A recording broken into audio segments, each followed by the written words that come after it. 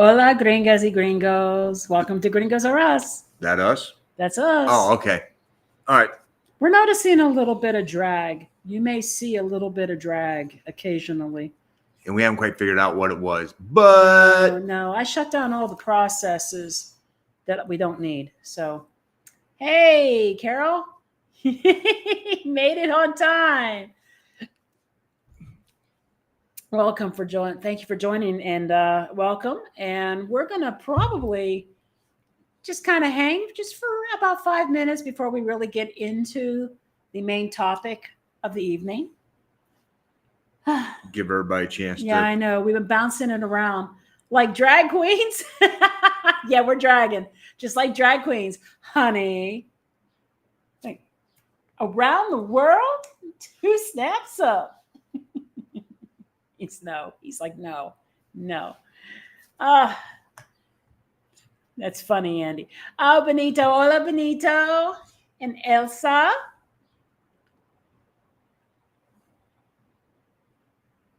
Wait, what? Whoa, hold up. Yes. Oh, hi, Cindy. I'm looking at this. Yes. The truck was burned and the owner of the property. Yes. The owner of the property actually disappeared, I think, about 2 weeks prior. 2 weeks prior to. Yes. Hola, Rome. All right.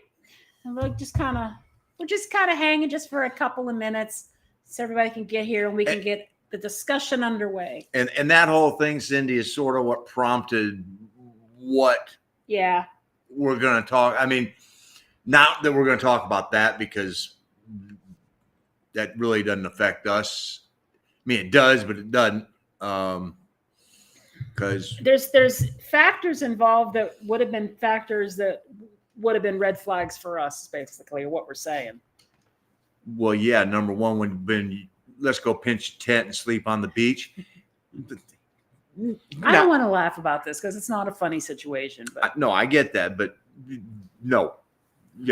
Right. Sand everywhere. Nah.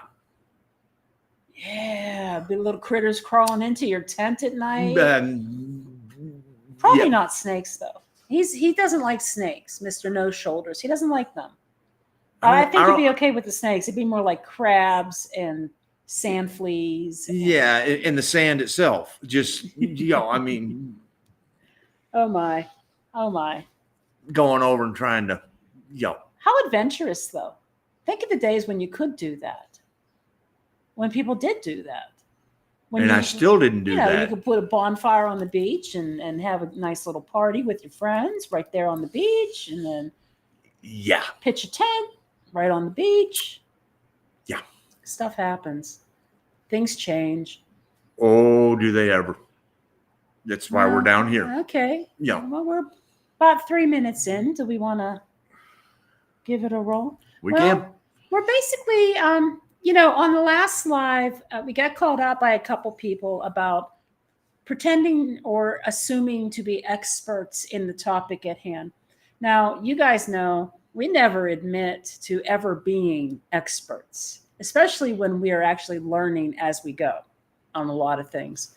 Sports trivia. And sharing, Well, I'm just. Music trivia. We can be called experts on some things, but usually our topics on our channel, we are not experts. We just share things that we've learned with you guys. Sharing the experience. And there was a nice discussion going on. I referred to it more of a roundtable discussion on the topic after the fact. And so I thought it was necessary that we just say up front immediately and in the description that we do not claim to be experts. We are sharing our personal experiences on the subject, and we are welcoming your feedback, your experiences as part of a roundtable discussion on something that Mexico gets slammed about all of the time: safety. Yeah, I mean, all the time.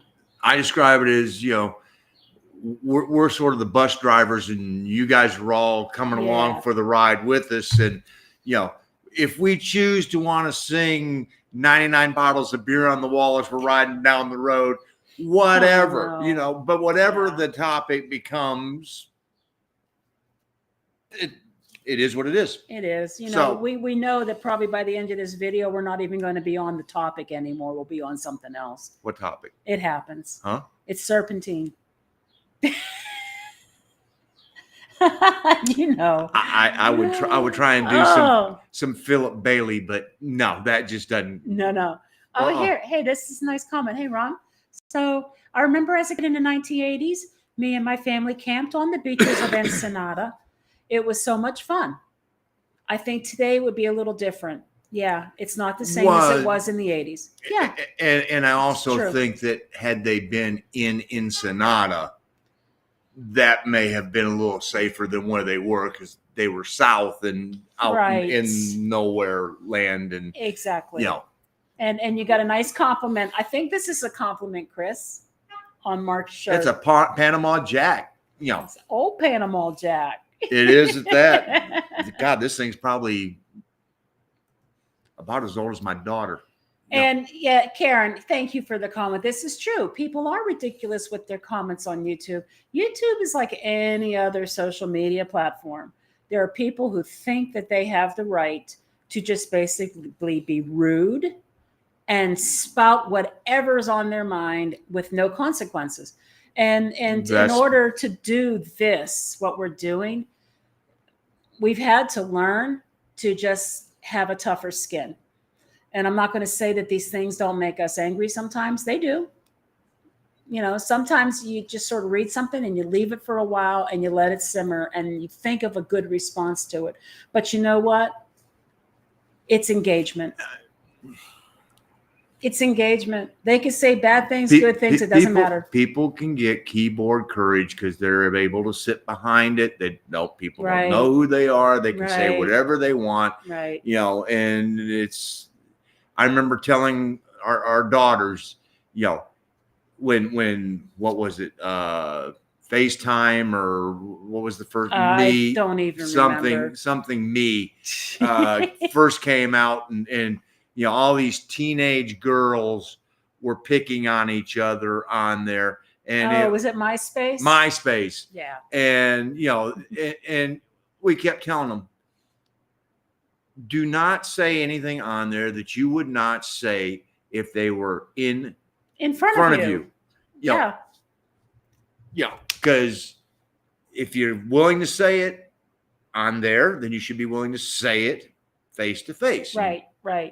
Yeah. And part of the freedom, part of the baggage that we unloaded when we came into Mexico is don't respond to everything you read, everything you see. God, no, not now with AI. And it's just let it go. Let it go. It's my Beastie Boys song again. Let it go. Let yourself flow. Slow and low. That is the tempo. It's been on my mind lately. Yeah. So we just kind of let that stuff slide. The negative comments are what they are. Sometimes Mark wins them over. You know, sometimes somebody will say something bad and he responds in a fair way, and they respect him for it, and they end up becoming subscribers. So, and there's times I just can't respond because what I want to say, Gina goes, you can't say that. You know, sometimes some things you can't, you just can't, and you shouldn't. And I know. And why is everyone so nitpicky? I don't know. And yes, Ron, people who leave bad comments are unhappy with their lives. Well, and that's, we know that they want to share that unhappiness, their unhappiness and their misery. And that's just, you know, I'm unhappy and I have the right to make everyone around me the same way. So Suzanne, hi, Suzanne, right off the bat, what are the thoughts on the two surfers that were killed? Was it for their tires? Yes. It was for the tires. That's a new development I wasn't aware of. What they have been able to piece together is that the truck was there. They were camping on the beach and they heard something, and the surfers came out and found them at the truck.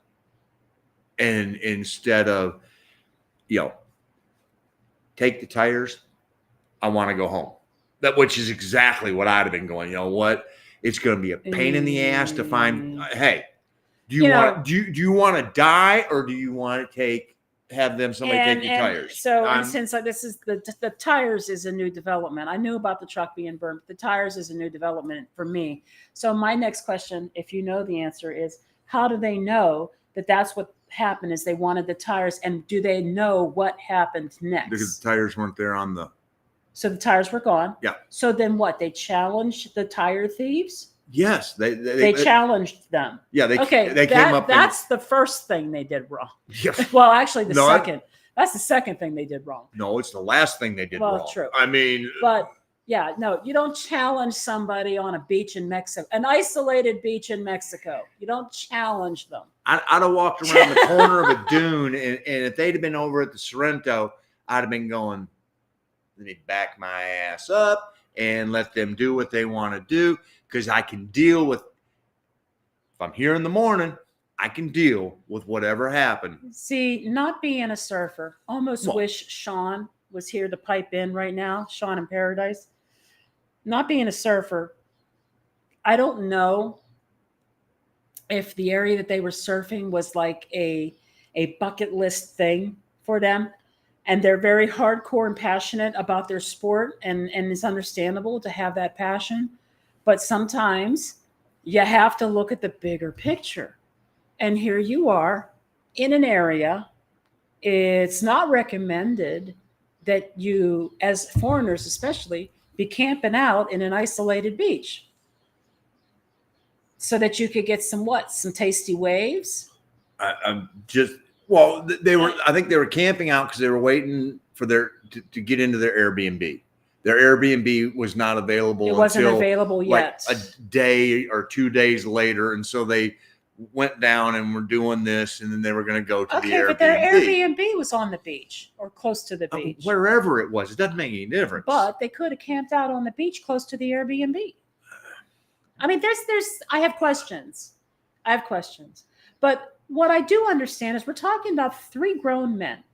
Mm-hmm. Now, I'm not saying they were, what's the word I want to use? I'm not saying they were particularly wise in their decision. I would not know. Not in their position, don't understand the desire to be where they were, how much that passion was driving them to be there. But the 3 grown men, they're in their 30s. You know, these aren't boys. These aren't frat boys, college boys, or just kids just out to have a good time. These are 3 grown men. I would think they were probably overly confident about. You might say that. Overly confident about how they would keep themselves safe. They probably figured if anybody comes up on us, we can take them down. I mean, at least 2 of the guys were over 6 feet tall. Well, and over 200 pounds. And they were both, 2 of them were athletic. And I mean, but it's just, it's not being intelligent. I don't care, right? You know, who you are, what you're doing. You know, you're putting yourself in the potential of harm's way. Yeah. And the biggest thing is, and what this whole thing prompted us to start discussing was, right now we're in the state of Chiapas. Yeah. And there is, and I put about that much credence in State Department, U.S. State Department travel warnings, because, you know, it sometimes it's like, oh, somebody shoplifted at Walmart, travel, you know, safety travel alert. But there's a couple here in Chiapas, and there have been some things that have occurred. And so it got us to thinking about, you know, the fact that we are about as prime a target when we're traveling, because the car is slam full and there's a roof bag on top, and it's like, okay. And U.S. plates. U.S. plates. Yep. I mean, we're sitting here going, we're a bullseye. Mm-hmm. Literally, we are a bullseye. And so, you know, that's when it comes down to the whole, all right, you know, 3 o'clock in the afternoon, you know, we need to be within an hour of our hotel, our auto motel, if we were spending the night on the road. Yep. You know, and it's not a case of let's see if we can make. No, there's never. Anytime we make a trip, you know, we automatically know that all right, we're going to here. And it's like we could have made Campeche when we left Tulum if we'd have wanted to, and we'd have made Campeche and it still would have been daylight. But it was just like, you know what? We took what was going to be a 2-day trip and made it 3 days just to be safe. Yeah. It was just better to do it that way. And even spreading it over 3 days, we still got shook down by a police stop. Right. So it's, you know, it's the age old thing of, you know, measure twice, cut once. And so plan, and do everything you can do to minimize. I mean, you know, we don't leave the town that we're in, you know, without having the tank topped all the way off, so that the fewer times we have to stop, you know, we feel the better off we are. And, you know, well, let's talk about how we prepare for our safety when we are traveling. So one of the things is our gas tank never gets below a half tank. No. Ever. No. We don't even try to push it to a quarter tank. Half tank. If we're in town, we'll go underneath. But on the road, no. Half tank. We fill up at the first gas station we find that has a number of people at it. So a popular gas station. So we stop at the popular gas stations, never leave with under a half tank. Correct. We always try to take toll roads whenever possible. See, if we'd have been on the toll road from Villahermosa to here, we wouldn't have hit the shakedown. So, right. I mean, it's right. We never travel at night. And yes, sometimes traveling at night, you might come up onto some unsavory people who might try to do something with you. But the bigger issue with travel at night is not being able to see conditions of the road. Topes, holes, animals. Topes. I mean, all of that. Getting lost, missing exits, because sometimes the exits just look like a dirt road. And you know, we had that same thing occur. We didn't have it occur, but I say we as a community, when that you know, unfortunate incident occurred in Querétaro, and she was driving at night with her friend and their dogs, and they stopped at the convenience store. Oh yes. You know, late at night. And it's just, and it was a convenience store that did not have a lot of people, and it was at night. It's just, you know, and we never, the entire time we were in Querétaro, had any sense of uneasiness at all. But, you know, it's like any other place where you've got a major city, you know, there's going to be parts of it that, you know, and the problem is being foreigners or immigrants or whatever you want to call us, but new to the city, we don't know what's that section of town is. I mean, we really don't. So, you know, we always, if we have to stay the night, we always look for an auto motel that has an actual garage so that we can pull our vehicle in and shut it down at night. No, and when she says garage, we mean garage, an actual door. Garage with a door. Because there are a lot of them that have heavy drapes that you can pull.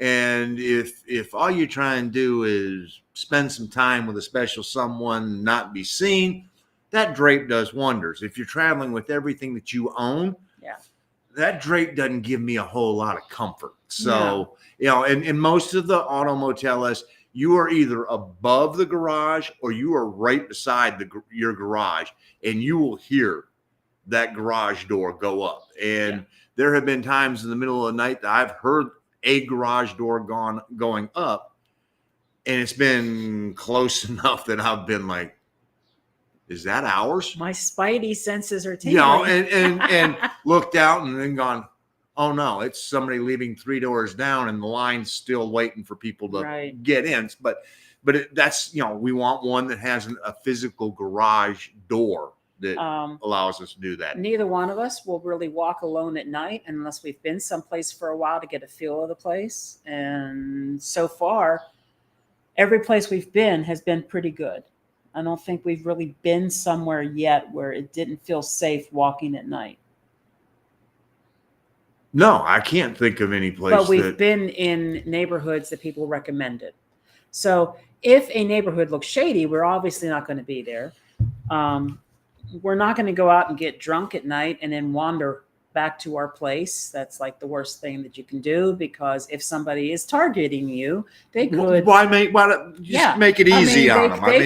They could have hit your drink with something for all you know. Well, and then you're not thinking clearly, right. And you're not paying attention. You're not aware of your surroundings. You're not doing. In fact, if we have been drinking, we get a cab. We don't even drive, because the alcohol laws in Mexico are super, super strict. Yeah. So we don't even drive if we went out for something to drink, even a beer so much. That is correct. We get a cab or an Uber. We don't carry large amounts of cash with us.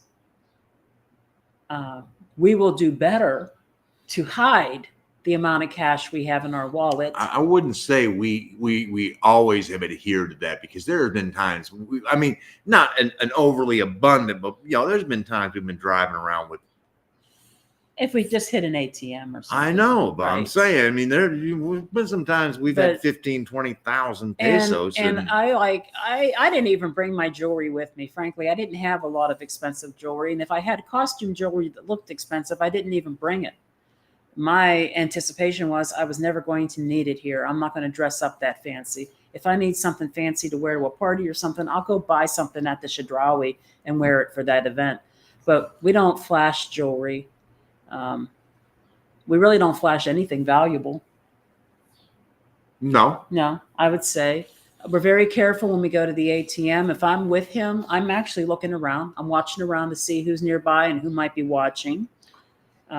And lately we have really gotten to the habit of using the ATMs that happen to be inside of stores, or but be it in a Costco, be it in the Walmart, be it in a Shadrui, because you're around a whole lot of other people, and the odds of something going on inside the Shadrui with all these people shopping and everything else, minimal.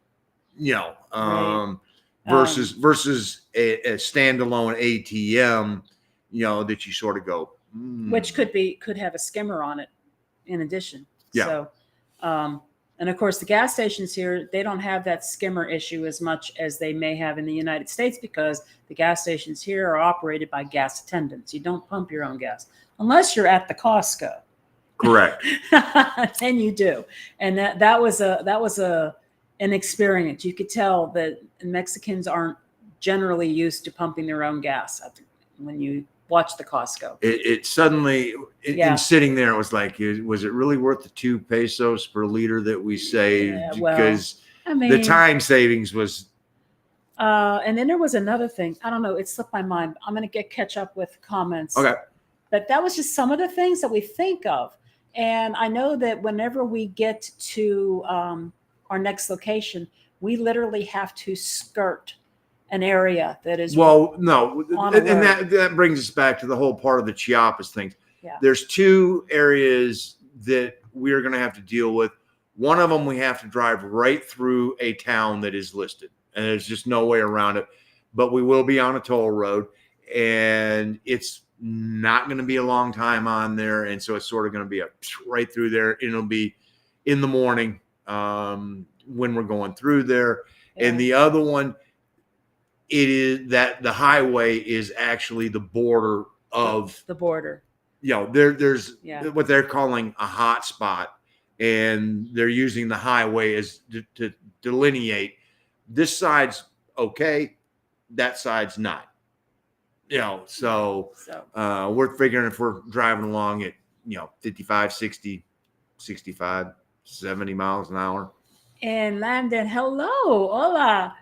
Living through you vicariously on your travels. My wife and I are planning a special similar tour in the future. Appreciate your honest assessment on your Mexico exploration. Well, thank you. And thank you for watching. Yes. We don't try to butter it up. We just kind of explain what actually happens to us. And we hope that others can get some value from that. Hola, hi, Lynn. Lena. Hi, Lena. Hola. Could you please make sure she looks strong? I tried. She keeps falling down. She's going to fall down again. She don't. Oh, no. Come on, Margie. Get it together, girl. Get it together. Yeah. Hey, Suzanne. Just popping in to say hi from San Luis, heading out to Spanish English group. Oh, that sounds good. That's good. Yes. And Benito, you are so right. Doesn't this explain all of us? When I was young, I took a lot of risks. Now I'm old and my bones ache. Yeah. Is there a correlation? I mean, I'm just whenever you're a kid, like you'll do all kinds of crazy, stupid stuff. Like, well, you're invincible. You're like, oh, I'm gonna hide underneath. Oh, there's our little lizard, squirrel. I'm gonna hide underneath these bushes because it makes a really good cavern under here, and I can hide from people, and we can have secret meetings in this little area under these bushes. And then you're an adult, and you're like, geez, oh man, there were fire ants under there and snakes and. I don't even know what else. And you grew up in the South, chiggers, and yeah, and you're like, and then you're like, ooh, no, never again. You know, playing in the creek when you're a kid, drinking water. Yeah. And then I get to be older, and I'm taking all these science courses, and now I'm doing microscopic studies of that water, and going, holy crap, I drank that stuff. It's moving. Yeah, it's like knowledge. Of course, 50 some years ago. 60 some years ago, there may not have been a lot of was in the creek water when we were going, let's chase. Okay. Amoebas and flagellates have always been around. I didn't say that, but I'm talking about some of the other things, Margie's going to sit down here. There. She's us. Yeah, it's like, Yeah. All right. Let's see. Where am I at here? Why? Oh, Suzanne, your Wi-Fi is crashing. I'm so sorry. Hi, Rich. Thanks for joining us tonight. Let's see. Can't fight a bullet. It could come on. It's murder. Oh my gosh. Yeah, I mean, okay. It's one of those things that you really have to sit there and just go, it's a truck. It's a truck. It's my life. It's a truck. And I know, but this is where this is where the discussion is really going to get going. Is in the U.S., as you said, Carol. Yeah, a lot of family, a lot of friends, us included, they only hear the bad things about Mexico. All that ever gets reported are the bad things about Mexico. I think nationwide, in particular, news of how many shootings happen in major cities on a weekend is just old news. Well, because it's every weekend, and it's just old news. It's so many different cities. I mean, it's just and the pedophile rings and just general corruption, and on all levels of government. It happens in law enforcement. It's all over. I'm not saying that everyone's bad. No, I mean, it occurs. It occurs. It does. But you hear about it all the time in Mexico. And yet we never have had a very negative experience really with anybody, except for one time we got pulled over questionably in Progreso and then just let go. The words no entiendo. Yeah. And they just let us go. And then that time just recently in Tabasco State. Mm-hmm. And that was basically, I've learned since then that a key phrase, if you wanted to offer a bribe, if you wanted by choice to offer a bribe to get out of something with the police, some of the common phrases you could use is you would like to buy them some refrescos and some tacos. Now, I didn't know this at the time, but when the officer in Tabasco said cash, and we were like, well, why? He says, refrescos. Oh, so apparently that's a code word. Refrescos and tacos. And he That's could have bought a lot of refrescos Yeah. with 500 quinientos. 500 pesos. Yep. You know, Yep. buys So a lot of Coca-Cola. you hear about the cartel crimes. Well, yeah, and they're battling for land and they're battling rival cartels. You know what? What you think that doesn't happen in the U.S. between street gangs? Yeah. I mean, the stories between Bloods and Crips go down in like history. It's urban legend how bad some of those outcomes were. Well, You know. I mean, mob wars. I mean, Well, it yeah, it just happens. It happens in the U.S. too, and I don't know why they seem to glorify when it happens in Mexico. because they want to point the finger and go, see, it's worse someplace else. But yeah, Stuff happens here, but then there's a lot more good than there is bad. oh God, yeah. So, But they're not going to report on the good. That's no, not at all. And the thing is if you do look at Mexican crime statistics, they're truly not 100% accurate because a lot of crimes do go unreported. mm-hmm. But I think if you do look up, I'm trying to remember what the name of the site is, but he uses government data. He uses a government site to pull together his tables that you can look at. It's pretty clear that the largest proportion of crime in Mexico is actually, yes, cartel related and property. So stealing things, whether it's stealing a car, stealing your possessions from your house, stealing. Mm-hmm. And those are the two biggest things. And I think like the third one might have been domestic violence Yep. against women. So, I mean, stuff happens here, but it's not as bad as they make it sound like. No.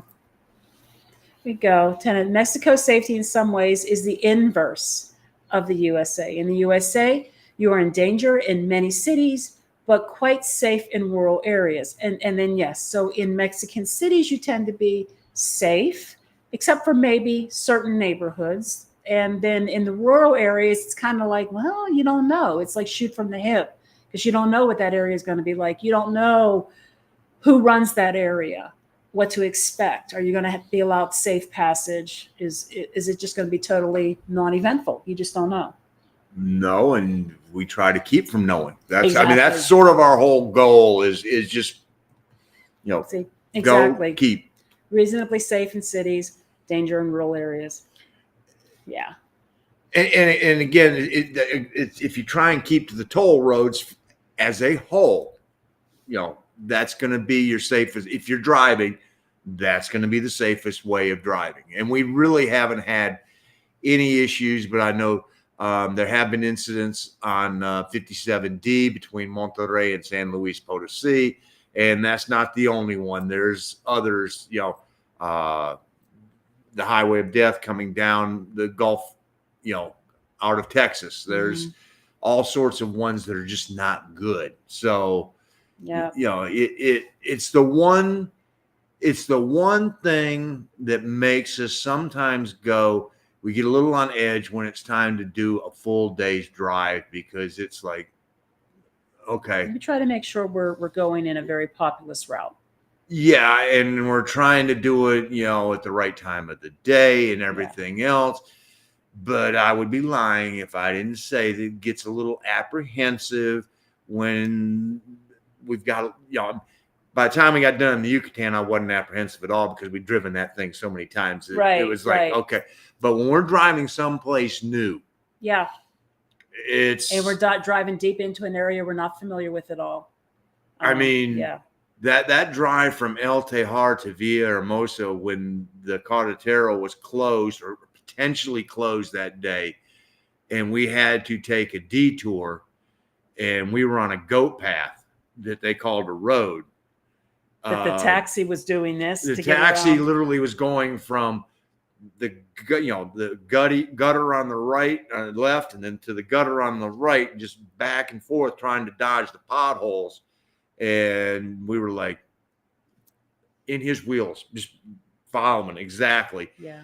But that was not, if something had happened to us there, they could have just, shoved the car off into the brush and Well, yeah, You know, nobody would have found us. and go, on that subject, we tend to let, Arlene and Annie Vet know when we're leaving and Well, yeah. share with them. And we Right. also do it with Mark and Paulette at the Two Travelers in Mexico. And then we do it with your mom, my mom, and then with our youngest daughter. I basically send out the Google Maps, follow my route thing, so everybody knows where we are, which I think is a really smart thing to do.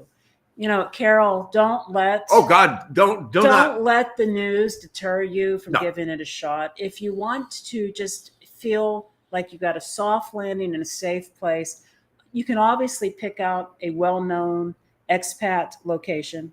It could be like San Miguel. It could be, it could be Ajijic. It could be Puerto Vallarta if you want to. It could be Merida.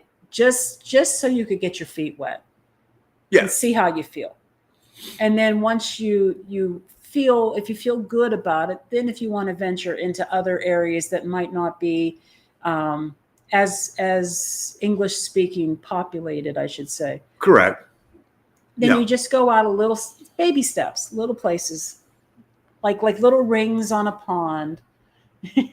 Oh, so Suzanne, this is such a good question, and I know right away what he's going to say. What would you do if someone pulled a gun on you and you were driving? Where am I? And that makes all the difference. If I'm in a major city, that's going to make a difference. If there's cars on the road with us, that's going to make a difference. If we're in a rural area, there's no one around, my ass is pulling over, take what you want. Just leave us. I was going to say, that's exactly what he would say. He was like, just leave us here and take what you want. Yeah. In our situation, we don't have a pet with us. We don't have children with us. We just basically have our possessions and us. And the possessions can be replaced. Yeah. The life can't. Right.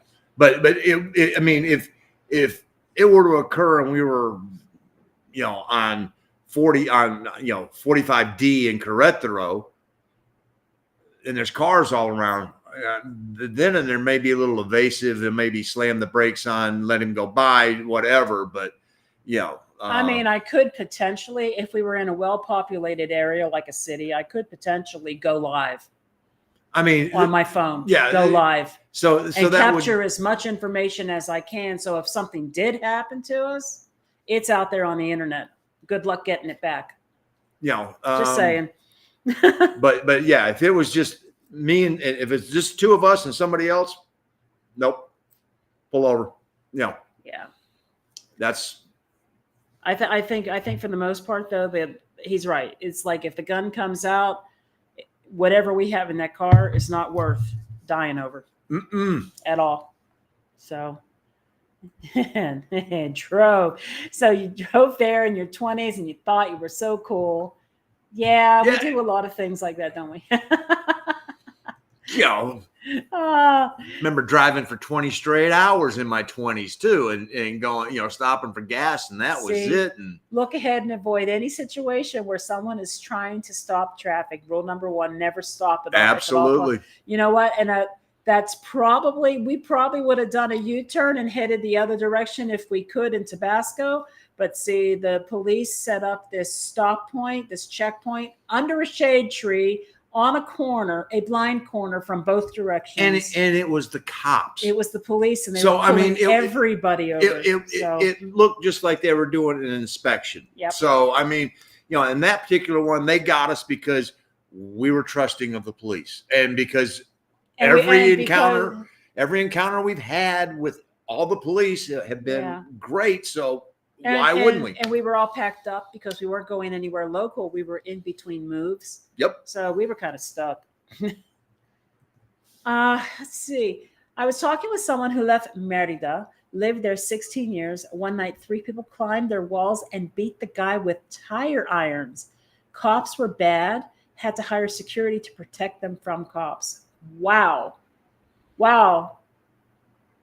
That's crazy. There's bad people. There's bad people everywhere. Yeah. I mean, you're going to have, and if I had to put a wild stab at it, here in Mexico, the overwhelming majority of the people, that's not the case. I mean, When we were in Merida twice, the police came to our Airbnb to ask us if we had available video footage because the first time they came, a business on the corner had been broken into.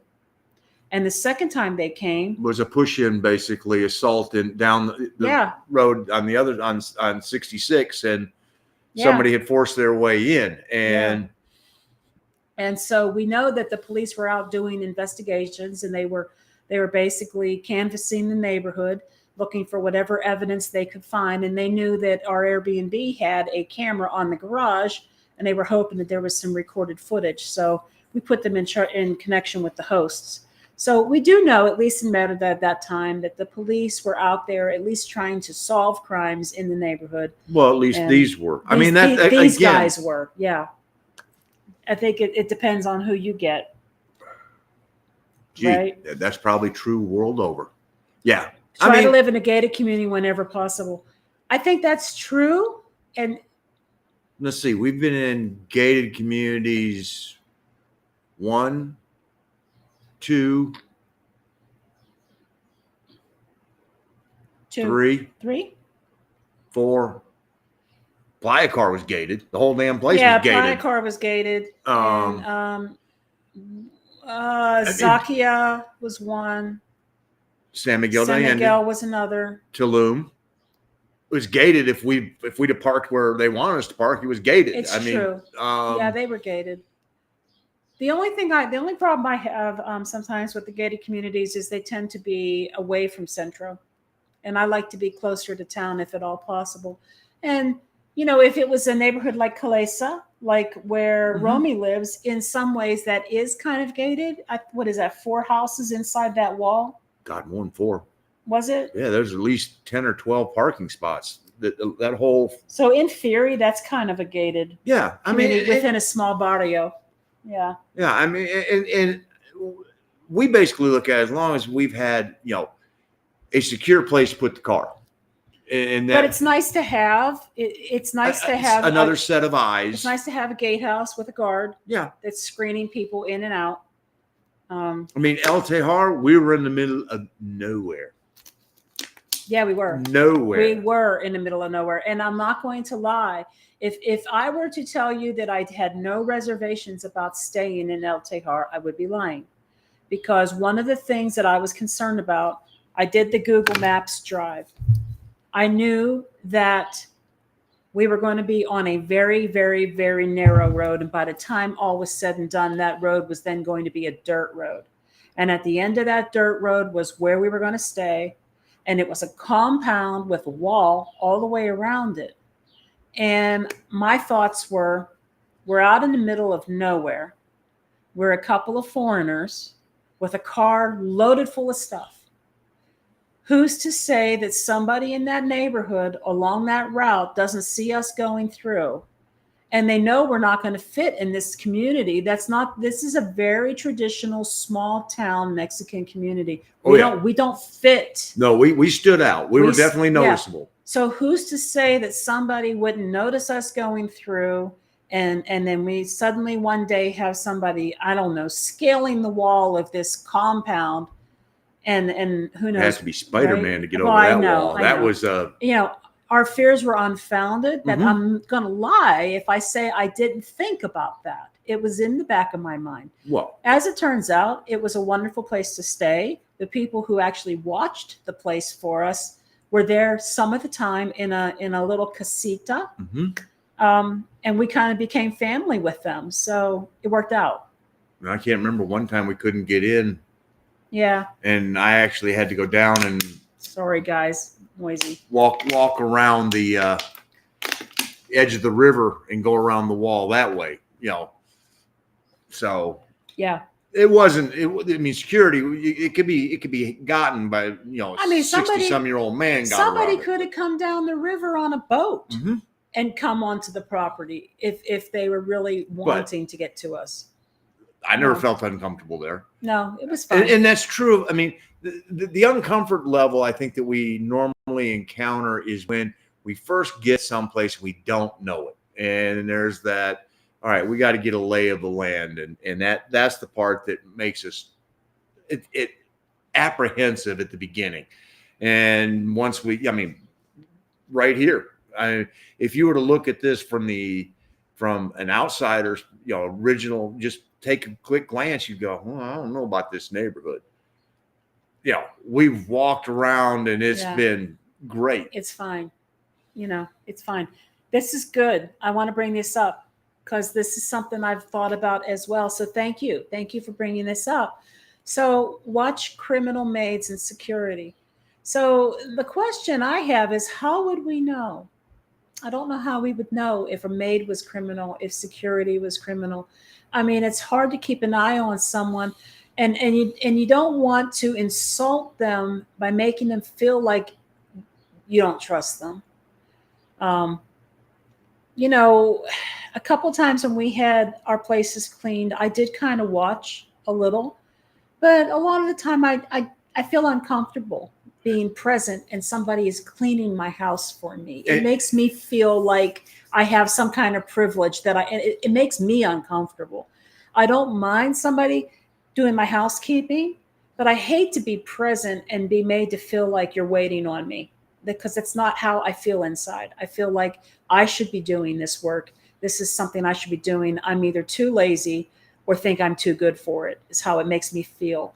And so I will leave and let them have it. Let them do their work.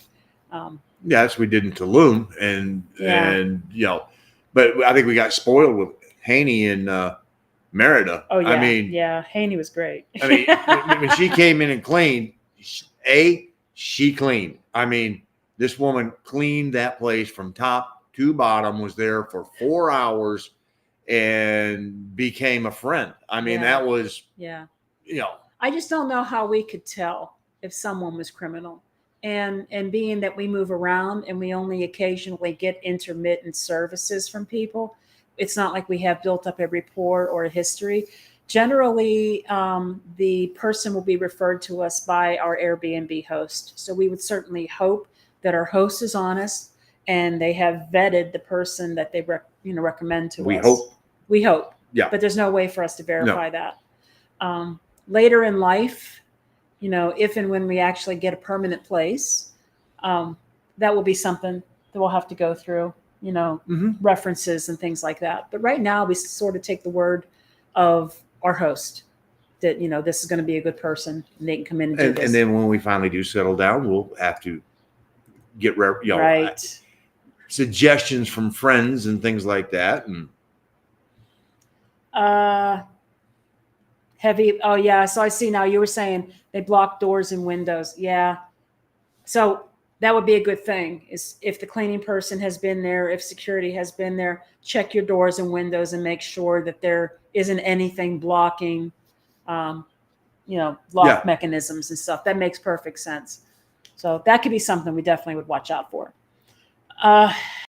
Here we go. Karen, I am so glad you all use common sense when it comes to safety, because some come with rose-colored glasses and act like you don't have to have caution. You have to have caution everywhere you go in the world. You really do. Yeah. I mean, regardless of what country I have traveled to, there are places that you do not want to go to. And, the things that I would have taken for granted in my 20s, and gone, I don't care. There's supposed to be a great club down here. Yeah, I know. I'm going down there. I'm walking down into this dark alley to hit this club. No. No. And now I'm like, I won't even go to the city, much less walk down in there. So it's just,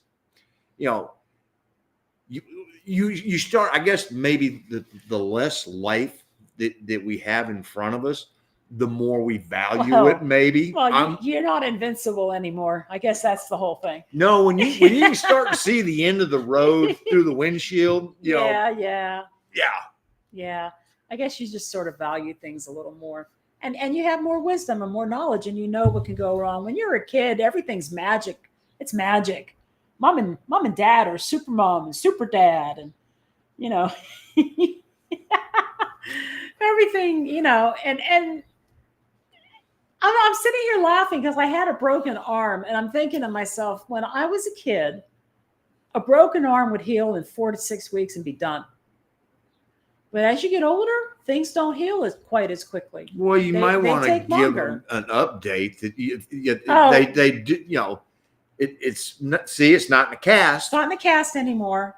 I'm now wearing a splint, and just for your edification, and this is going to be part of the whole healthcare medical emergency broken arm video. The follow up with an orthopedic, they call them traumatologists in Mexico. Basically, he looked at the CT scan and shook his head and more or less said it was overkill, that I did not need to have the cast on for 8 weeks. He was going to take it off that day.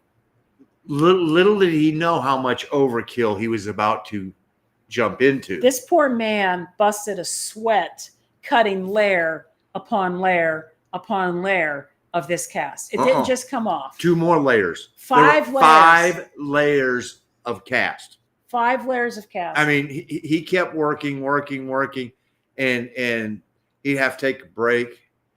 And when he finally got it through, he's looking at it, and he actually called me over. He goes, Cinco. Yeah.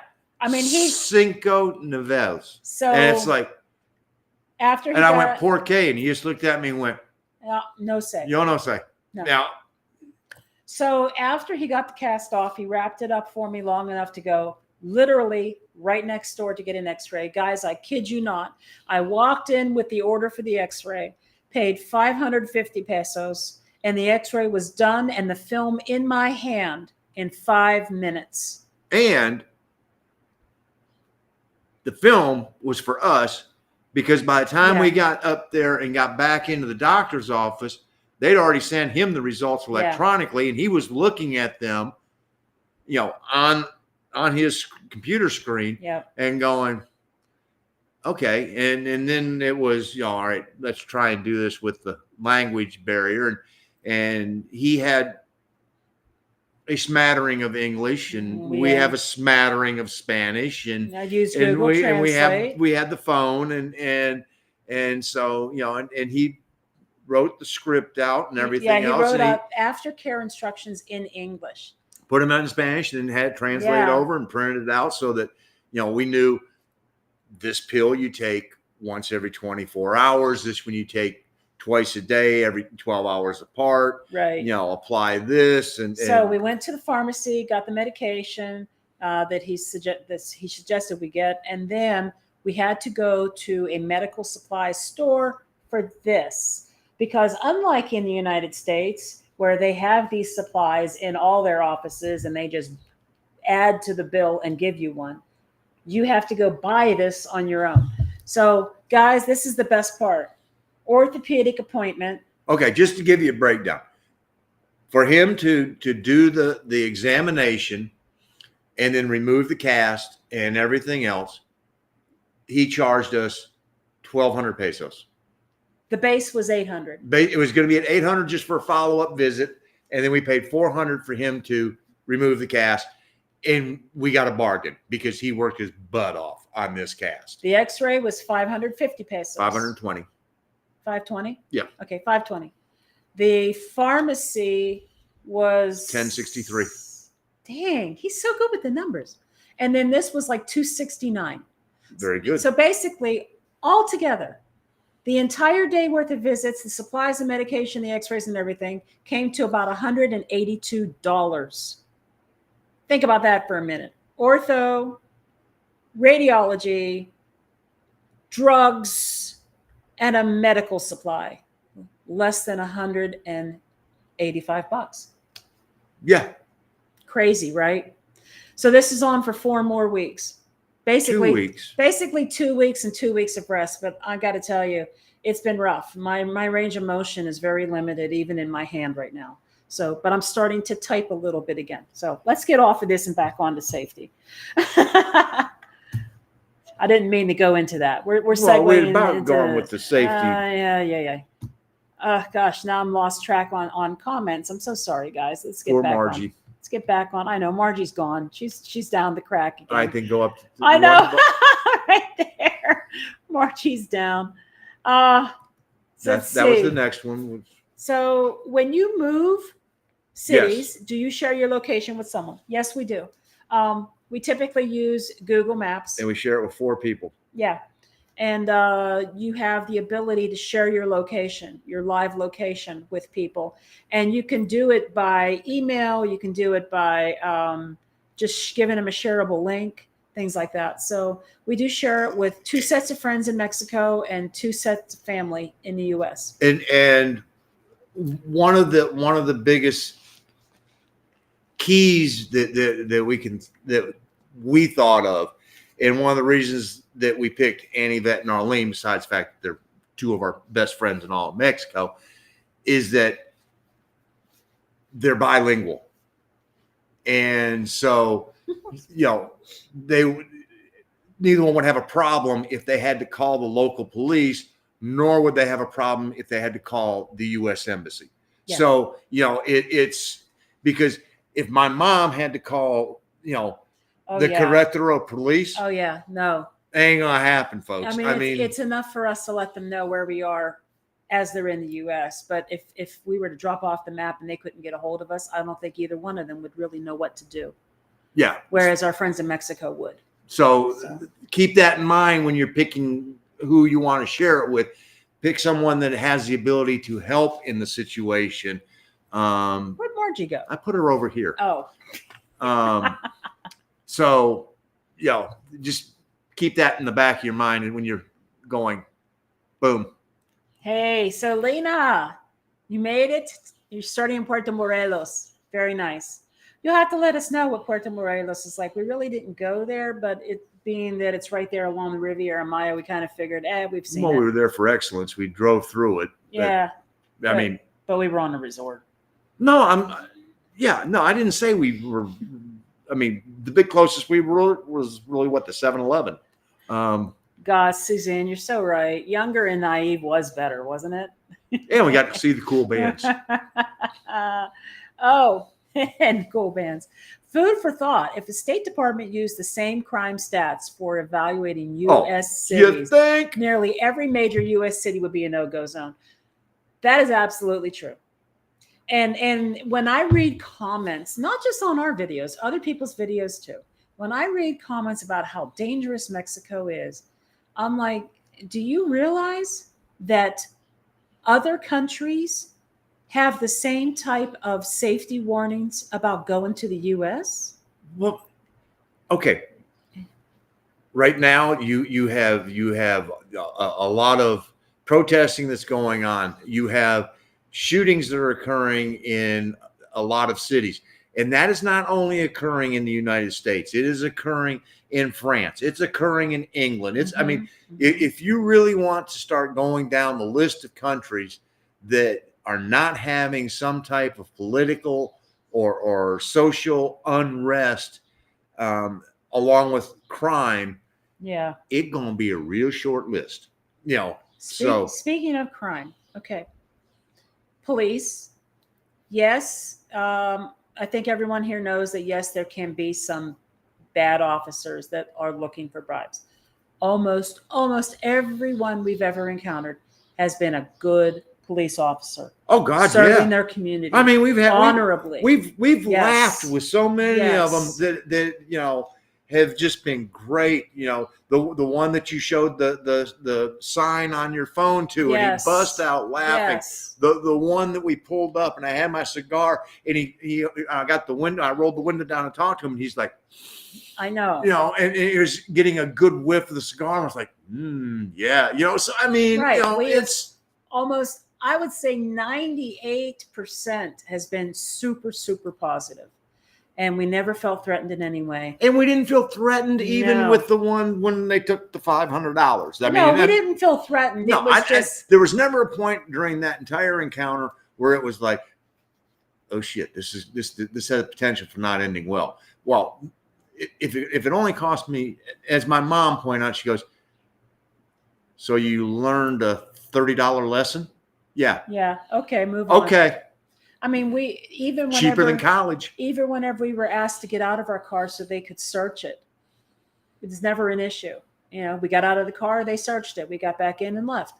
And he was gracious and everything else. And we've never felt bad. But the truth is, and I'm sure a lot of you know this, wages in Mexico are low, and policemen do not make a good salary, not a real good salary. And sometimes they want or maybe need to supplement their income. They'd have asked, I'd have been I more know. than happy. Sometimes what happens is they may have an officer above them that is skimming off of them.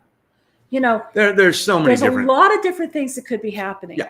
And with that in mind, it's always good to remember that yes, corruption can and does exist. The key to getting around corruption is don't make yourself a target. Don't escalate it. Don't break the law. No. If you have to have Mexican car insurance, damn it, you better have it. If you have an imported car, damn it, you better have your tip. Yep. If you're driving around, damn it, don't be drinking. Don't run red lights. Don't run stoplights. Don't be speeding.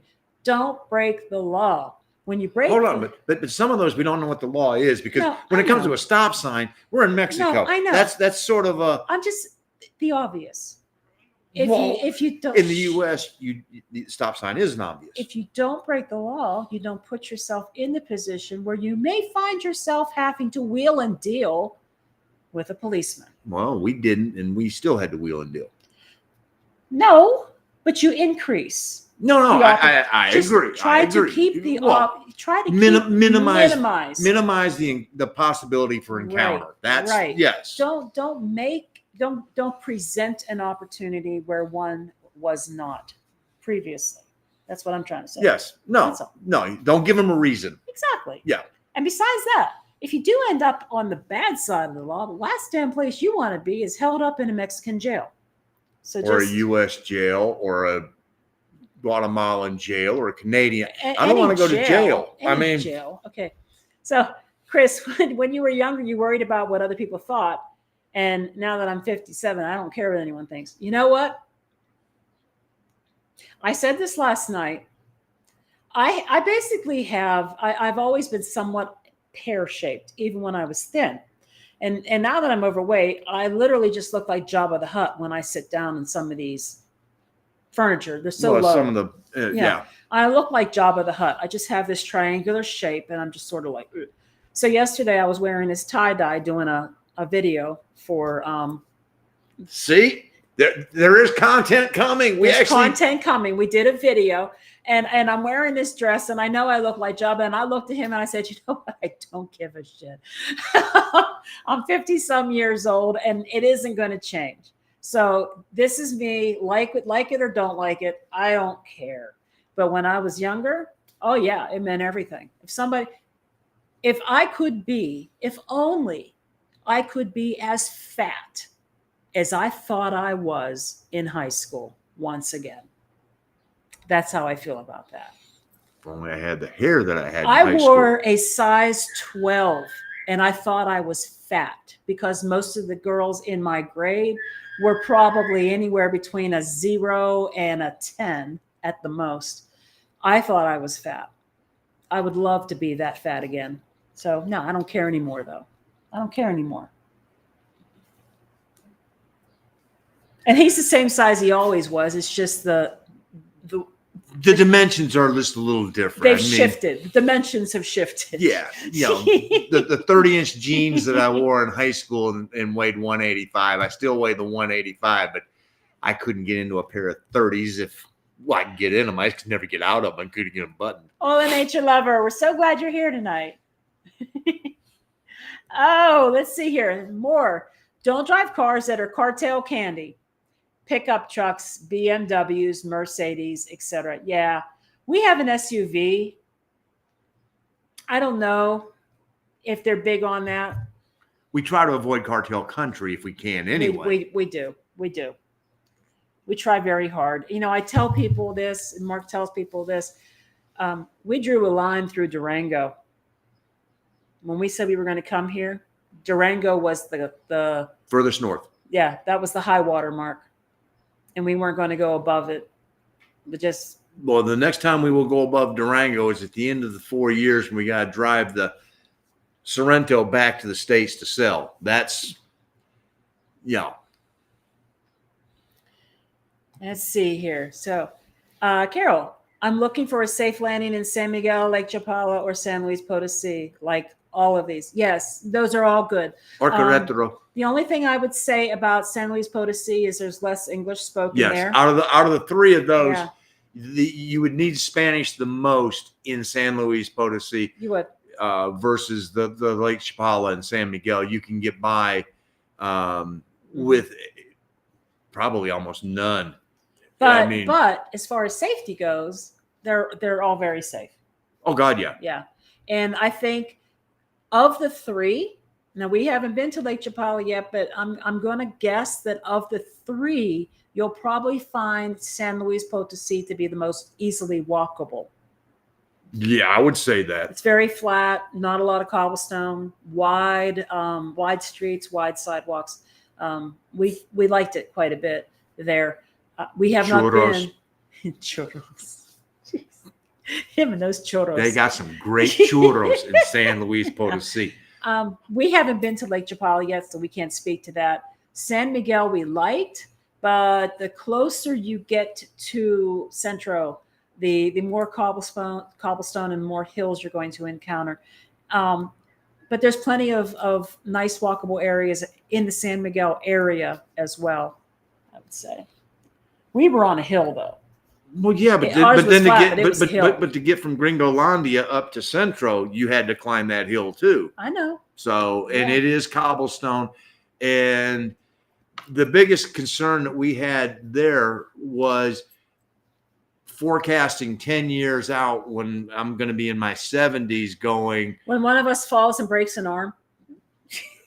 and guess who's the one she's always saying, look down, watch your feet. Make sure you know where you're putting your feet. I tripped on a rock on the beach. I'm just saying, I'm the one that's always getting told to be careful where I walk. Watch your feet, Mark. But, in my 70s going, do we want to be doing the hills on the cobblestone, watching the sidewalks go? I mean, and sometimes they're, barely wide enough for a pair of hips to go down.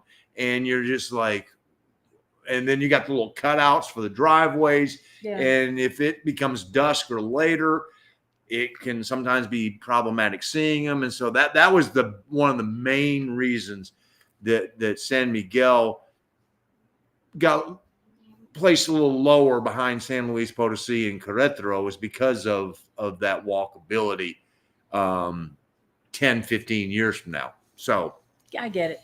But I would honestly recommend that you, if you can, spend a minimum of 2 weeks in each place and see how you feel about them. Yeah, and we can and if you're going to be if you want to try San Luis Potosi, Tequisquiapan Barrio, that's our recommendation there. Yeah. San Miguel. And it's up for grabs. I mean, we were in Bella Vista. Yeah, Bella Vista. But we were on a hill, and it was flat walk, but it was a hill, major hill. But it was a beautiful view. I mean, when you're on the hill, you got a great view, right? Yeah, a great view of the cathedral and Centro and everything else, and it was an easy walk down the hill. Wow. It's true. That was a hike coming back up. And the thing is we had to walk up a hill and then around the corner, go into the gated community and back down the hill again to get to our Airbnb, which was almost halfway down the damn hill we just walked up. Yep. And there was a gate. That they kept closed all the time, that we could have just gone. I know. No. Oh, well. No, I think those are all great locations. Yeah. Honestly, they really are. And as the San Miguel and Lake Chapala are definitely soft landings if you don't speak a lot of Spanish, and you would probably have a lot of support there from the community. San Luis Potosi, not as much English. It's you're really going to struggle to find English-speaking people in general, but it is a beautiful, beautiful, beautiful city. Well, and Mark and Paulette are there, so yeah. Let's see. And Doug, maybe we've just been lucky, but we've always ignored the advice never to drive at night in Mexico and never had an issue, except not seeing topes. Well, there you go. Yeah. This was in Querétaro. Oh, Quintana Roo and Yucatan. Okay. Mm-hmm. So when we were in, Querétaro, in Zakia to be precise, just a little north of Querétaro, we hit one of those topes at 40 mile an hour, 40, 45 mile an hour. I thought we broke the frame of the car.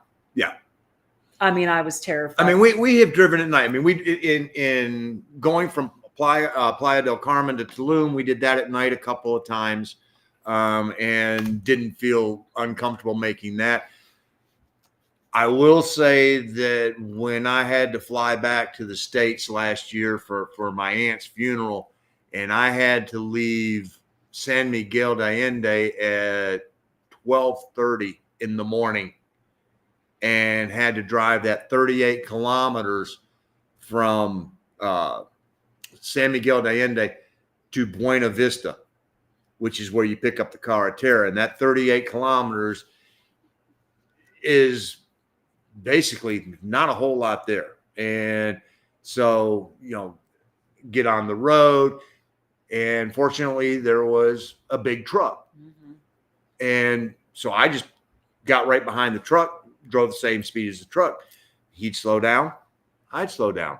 He'd speed up, I'd speed up, because I didn't want to lose him.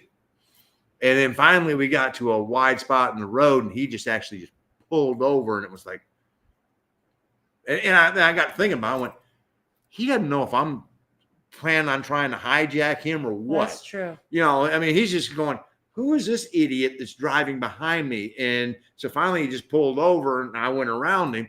And then it was, okay, do I speed to try and catch up with somebody else?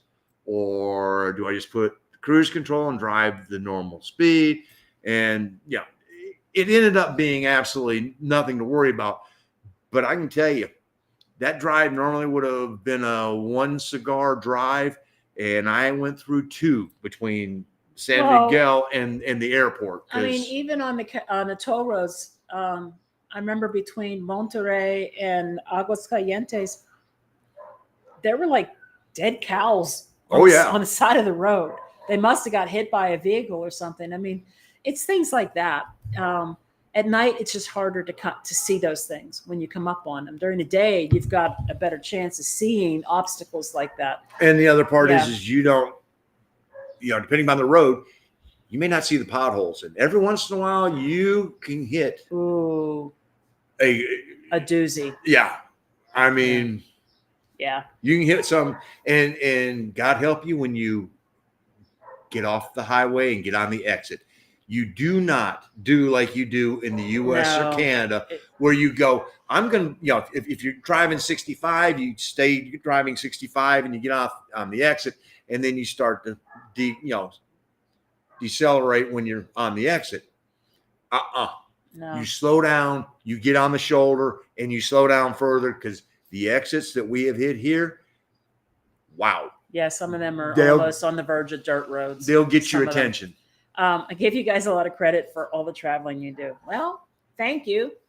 It's the only way we're going to get around this country and see the things that we want to see. So we just try to do it in a very smart, safe way, if at all possible. Well, that's why it took us 3 days to come up with, literally 3 days to come up with the itinerary. So, I mean, he looks ahead to see if there's any travel advisories. He checks out Ernie Baca on Retired Life in Mexico No Bull to see if he's got any recent updates that he's put out there. It's just trying to keep up on anything new that we might hear that might be occurring in the areas that we're interested in. And we actually missed going to Guanajuato City because at the time we were in San Miguel, the location, the route we would have taken to go from San Miguel to Guanajuato was having some issues. It wasn't the city itself. It was the route to get there. And so we decided we'll hit Guanajuato City on another part of the trip. Well, and we weren't booking as far out then as we are now. Now, this is the downside of doing it the way that we do it as far as booking out so far.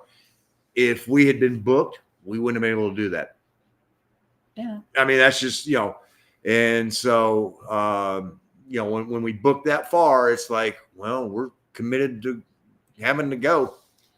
So, Benito, our current rental is in a gated community. I feel that it is very secure. Facial recognition. What? That's pretty cool.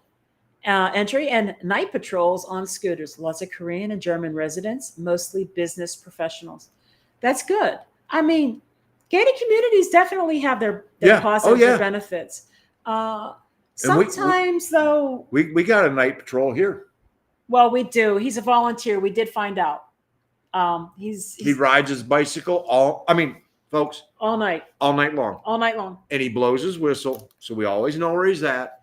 And I opened the gate once, and he actually got off his bike and came to the gate door. I think he does it for donations. I didn't really have any money. I wanted to get them, and Mark would have had to have gone upstairs and sorted. So I just asked the guy if he would like a cold beverage, which he happily took. Yeah. I mean, he said it was calor. So, and he was not wrong. And he wasn't wrong. And he had been riding his bike already for a couple hours, and he was going to be doing it all night long. So I gave him a cold drink, and he happily took that. But I thought maybe it was a police patrol. It's a volunteer patrol, and he's doing it for some tips and things. Mm-hmm. So, yeah, which is kind of nice. Yes, Cass is gone. Oh, blue butterfly. Let's see here. Hola. We like to say that Mexico is life with no guardrails, and it is. Yeah, it is. It is. And if you want to drive 90 miles an hour with no guardrails, bad things might happen. But you might get to see more of it. Risk and reward. And just going to echo this because this is exactly what I told my daughter. Try getting that X-ray service in the U.S. Even with great insurance. You're absolutely right. That equivalent of about $30 that I ended up spending for this X-ray, and I had it in 5 minutes, and that's $30 out the door, no insurance involved. We're talking 5 minutes. Yes. Within 5 minutes of me giving them the 520 pesos. Yes, we had barely sit down, and they go, Gina, and she gets up, goes back there, and she comes out and sits down. She goes, yes, they said it'll be just a couple minutes. And we had just started to have a discussion, and they come out and go, and it's done. Gina. Here you go. And it's like, done. It's like, damn. Huh? I mean, first of all, in the U.S., I would have had to schedule an appointment. I would have had to make a copay. And then we'd have to pay for a radiologist. Then we would have had to pay for a radiologist to interpret what the orthopedic person would have already known on his own. And that bill wouldn't have come until 4 weeks later. Yeah. And that's if you didn't have a deductible that you had to pay already. Yeah. And we are going to do a video that's going to take it from start to finish so you guys can see the entire cost and everything else. And we have got confirmation that they are working on the claim at Safety Wings Nomad. Yeah. I'll explain a little bit about that process too, because it was a little bit confusing, but I got through it all right. So, Doug, hi, Doug, again. Driving at night, it makes it harder to spot you as a gringo and tourist. It does. Yep. That's a fair assessment. And there is less traffic, but darkness also makes it harder to see as it does anywhere. Yeah, and a lot of the roads, they don't light the streets up in Mexico like they do in the United States. So it is really dark. It's dark. And you got to drive slower. And you cannot see the obstacles that are coming if you're not paying attention. It's just harder to see them. If there's an animal on the road, if there's a pothole, a tope, whatever it may be. Yeah. I mean, one time I literally was in Zakia and I went to the HEB while it was daylight. But then when I go to leave the HEB, it's no longer daylight. And all I had to do was drive around the backside of the HEB and through that little bit of area in the community and get back down on the road to get back into Zakia. I can't tell you how treacherous it was. There wasn't enough lighting. I had to go through at least 2 glorietas. An animal crossed my path. Somebody crossed the street, and there's no lights. I mean, and everything was different at night. And your sense of direction, I don't remember seeing this. Well, it's because you haven't seen it at night. Right. So it's your landmarks and everything, just they're harder to do. Hey, Lena, We have an appointment tomorrow with our facilitator. Yay! Yay! So Doug, I really wonder if driving after dark adds any more risk in Mexico than it does in the U.S. Maybe more animals on the road in some areas. Yeah. So, like I was saying, in the daylight between Monterrey and Aguas Calientes, and we were in parts of Mexico where there was no cellular signal at all. That drive. Dead spot. Dead air. There's nothing. I mean, dead for an hour plus. Yeah. And there were horses like inches from the highway, and there's no rails keeping them off the highway. And there was a cow. Vacas. There was a cow, and then there was a dead cow. Yep. Just laying right on the side of the road. I mean, and that's daytime. At night, I don't know. Could you be coming up on something in the middle of the night? There was no major lighting. I mean, in the area. Yes, it gives you cover, but it also gives the bad guy cover. So it's sort of it gives animals cover. Well, no, I know, but I mean, it's just sort of a okay, yeah. There's a trade-off there. I mean, so. Okay, what the what? What? Suzanne?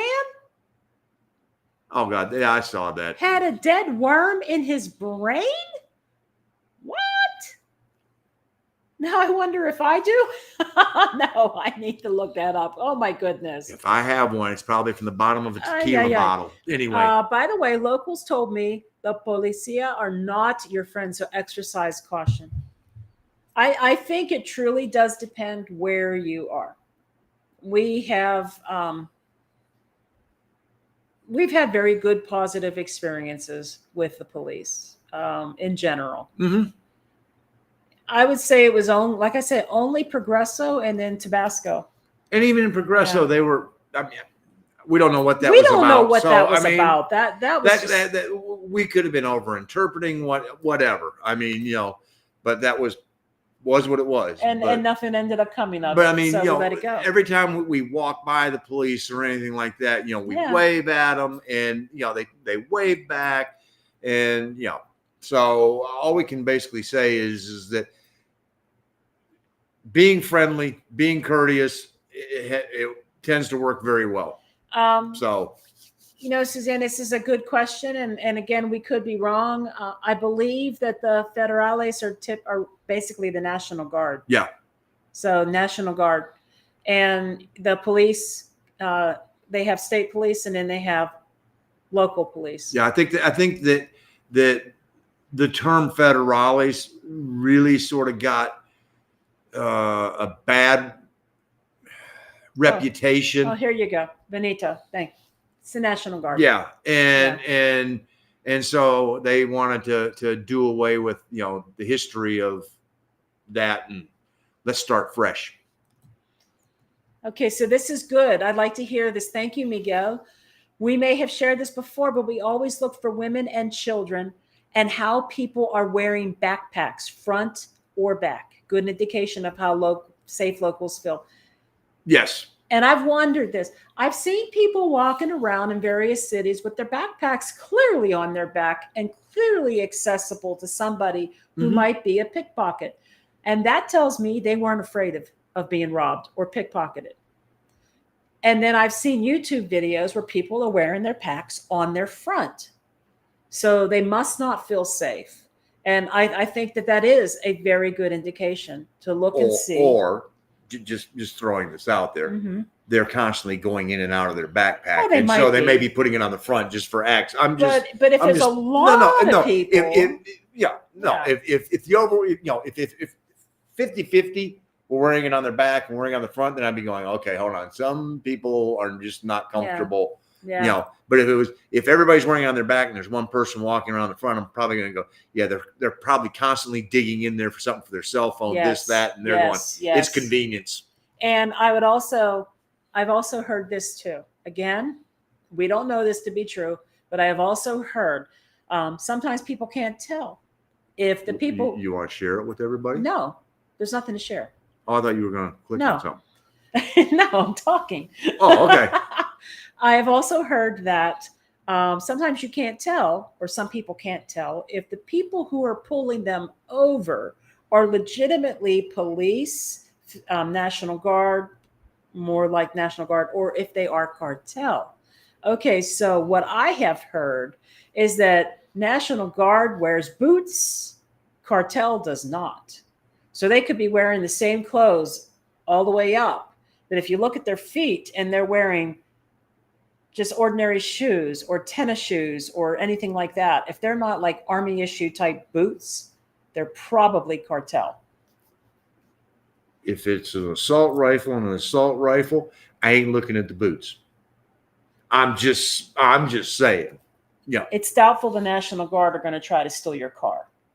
I understand. Cartel. But I'm saying if I roll up and there's a roadblock and they got assault rifles, I might get down to the boots later, but What is this? What is this? Looking at 6'3" body that glows like neon paint. Ain't no way I'm going to be a target.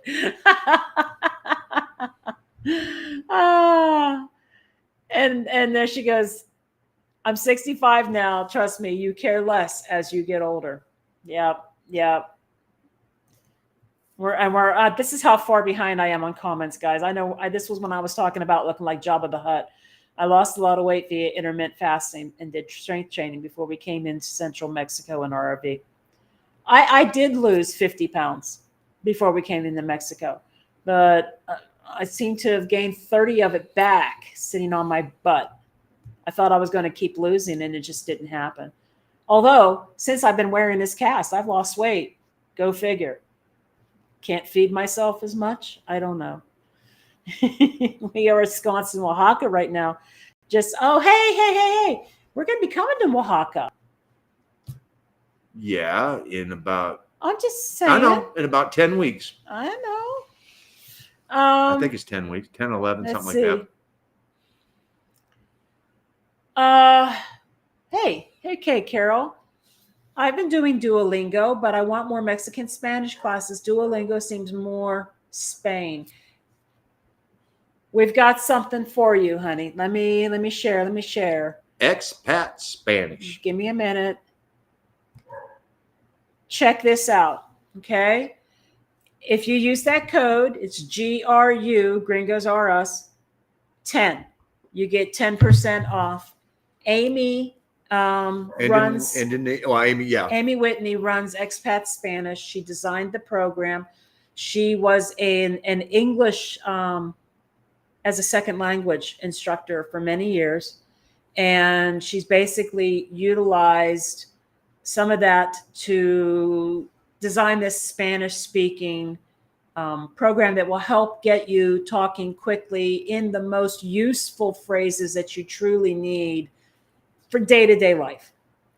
So if you're going to be making trips to a store, whatever type of store it is, a hardware store, a pharmacy, a grocery store, things like that, going out to eat, phrases and dialogue that you might hear, listening for when somebody tells you how much something costs.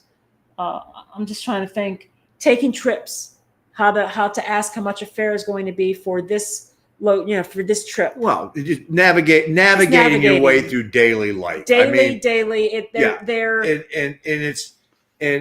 It's basically built around about 10 verbs, the 10 most common verbs, that you're going to need, can I, will I, I am, things like that, to bring, things that you're going to, the 10 verbs, 10, 12 verbs that you can, once you master these 10 or 12, you're going to be able to ask just about anything. It may not be the most efficient way of doing it, but at least you can get it to the point where you go, okay. I was literally starting from just about zero. And yesterday I walked across the street from the lavanderia because this guy was selling bottles of orange juice out of a cooler. And I walked across the street. He said, ¿Qué tal? I said, ¿Qué tal, señor? And I said, ¿Cuánto cuesta una botella de jugo, por favor? And he told me it was 40 pesos. And I'm like, bueno. and I bought some freshly squeezed orange juice off this man on the street. He smiled. I felt good because I could communicate in his language with him and do this transaction without needing his help. And the reason I'm telling you this is because I have had 6 years of French. I had a year of Spanish, a year of German. I took Italian on my own, learning it through Pimsleur type stuff. I struggle with retaining dialogue and words. And a lot of the time, the reason is because when you learn a foreign language, they frequently want to teach you the standard way all languages are taught. You learn all the grammar and all the stuff that you're not going to use on a daily basis in the most immediate terms. Once you learn the stuff that you need for immediate use, you want to pick up the other things. And I'm really progressing. Yeah, I think you are. quite No. well. Yeah. I'm now I'm just finishing up level 2 of her courses. He's finishing up level 4. He had taken Duolingo stuff for two and a half years. Duolingo is a wonderful vocabulary builder, but it's not a conversation builder. And I think but it did give me a lot of vocabulary. But I think the biggest thing between Duolingo and expat Spanish is I developed a vocabulary through Duolingo, and expat Spanish has given me the ability to now utilize that vocabulary and use it in the correct manner. And God knows I am not anywhere near. No, we're not. We're not fully conversational. But better than we were. Oh God, yeah. I mean, I think back to when we first walked into an OXXO in Zakia to pay a bill, and we're sitting in the car going, how in the hell are we going to do this? And now we would walk in and go, hey, you know what? So, I'm a firm believer that you're going to screw it up. Don't get all anal about everything. Yep. Go in, you give it your best attempt, and you apologize. I mean, we always just go, perdón, Yep. Mi habla es malo, estoy aprendiendo, pero, and then ask what we want to ask or say what we want to say. And if we screw it up, big whoop. So, but you get better because the more times you do it, the more belief and confidence you have. And B, the people appreciate the fact that you are speaking to them in their language, and they'll help you. One of the most common ones is new and nine. Viejo, vieja, and viaje. Well, yeah, but I'm talking about new and nine. Nuevo, nueve. And so, and then you have nuevo, nueva, and then you have nueve. And so screwing that up is real simple, but they'll tell you the proper pronunciation because they're able to figure out what it is you're trying to say. So. Okay. Well, anyway, if you're interested in learning, and picking up some conversational, basically the gist of it is she offers some really good the cards.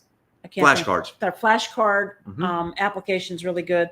There are study guides, and then there's a class that's live once a week where you interact with other students. And that, I think, was the saving grace for me because it held me accountable to being up to speed on the lessons and then conversing with people. Yeah, then you get level 4, and it's twice a week. Oh, Lord. All right, I'm trying to get back into some comments here. I see Wilfredo. Hola, Wilfredo. Let's see. Back to Suzanne, I think. There we go. Locals in Manzanilla told us when we drove at night and got something, keep on driving. Glad I never hit anything. And Yeah, I know. If you were to hit something or something, don't stop. Don't stop. Okay. If you pull over on the side of a road in a dark area, you're just setting yourself up for, now you just made somebody, if somebody wants to do bad things, you've made it a whole lot simpler for them. Oh, here you go. How about this? When traveling, wear a leg bag. Easy access for you and others can't get to it. Looks like old Laura Croft. Jesse, I have one of these hip bags. It actually straps at the top around my waist and it straps at the bottom around my leg. And it's got an inside zipper that's under a flap. And that's where I keep my ID, my passport, things like that. And used to be a secret place, but now you've told everybody. I'm just saying. Oh, yeah, you're right. Oh, well. Anyway, it's a really great bag. I use it a lot. I've been using it for 10 years. I specifically bought it so they would be pickpocket proof whenever we would go to cruise ports and we took cruises. It's a great bag. It's by Warrior Creek, I think is the name of the company. And it's all leather, still in great shape. Hey, it's Tom. Hi, Tom. Was at the beach at Jersey Shore. You don't say. The temp was in the high 80s, water temp 54, then stopped at the Jockey Outlet store. Will not disclose boxers or briefs. Guess what we found? What did we find? Your sunglasses. We did? Yeah. Remember Tommy lost his sunglasses in Progresso when he came to see us. We have them. We do? Yes, we do. You never told me this. Where were they? He stuck them in the little pouch behind the driver's seat. I knew nothing about it. They're still in there. Oh, okay. We got your sunglasses. We got your sunglasses, Tom. Learn the cognates. I'm trying to remember what the word cognate means. Is that the estoy Conjugation. No. What are cognates? I think that's the conjugation. Oh, okay, conjugation. Yeah, I got that. My the big one I'm focusing on is ser versus estar. So ser being the most unusual one. I'm constantly sitting here going, soy, eres, es, somos, son. That one is a little bit of a struggle, but yeah, good times. I'm getting better at it. Let's see. At first, I read leg bag, and I thought he meant go pee. Yeah, I was sort of going, okay. Oh, here comes Jenny Hammond. Oh, you would know this. Thank you, Jenny. 2 words in 2 languages that look and sound the same and have same meaning. Okay, that makes sense. Yeah. Probably similar to like car and carro. Yeah. More or less. Yeah. Intelligent, inteligente. Ente. Yeah. Possible, posible. Perfect. Simple, simple. Perfect. Perfecto. Yeah. I mean, that makes sense. Yeah. I mean, but again, those are words, and the words part. Sometimes I forget a word. But it's not even. It's pulling them all together, and so the practice of doing that. Right now, I struggle a little bit with when to use en or de in certain sentences. And another place you can also get Spanish help, as far as Mexican Spanish, is Jenny on here. She also teaches. So, that's another spot or resource that people can reach out to. Hey, ooh, ouch. Okay, it's starting to throb now. It's been about 90 minutes. Mm-hmm. So, if any of you, hey, there's more. Hey, come on. Words that are similar in Spanish and English. Yep. And Tom, can't wait to get my sunglasses. Lots of squinting here without them, especially during the eclipse. Well, if you look at the eclipse without them, then we don't have to worry about you because, you can put them on and then use the cane. So. We leave here in 2 weeks. 10 days. 10 days. Now, it's a short drive. The next one we have is from here to San Cristobal de las Casas, which is just an hour. So, the nice part about that is we are hoping we are not going to have to load the car. We're just going to be able to do it in 2 trips and sort of just put stuff in, make a run, drop it off, come back, grab the rest of it, and then be done.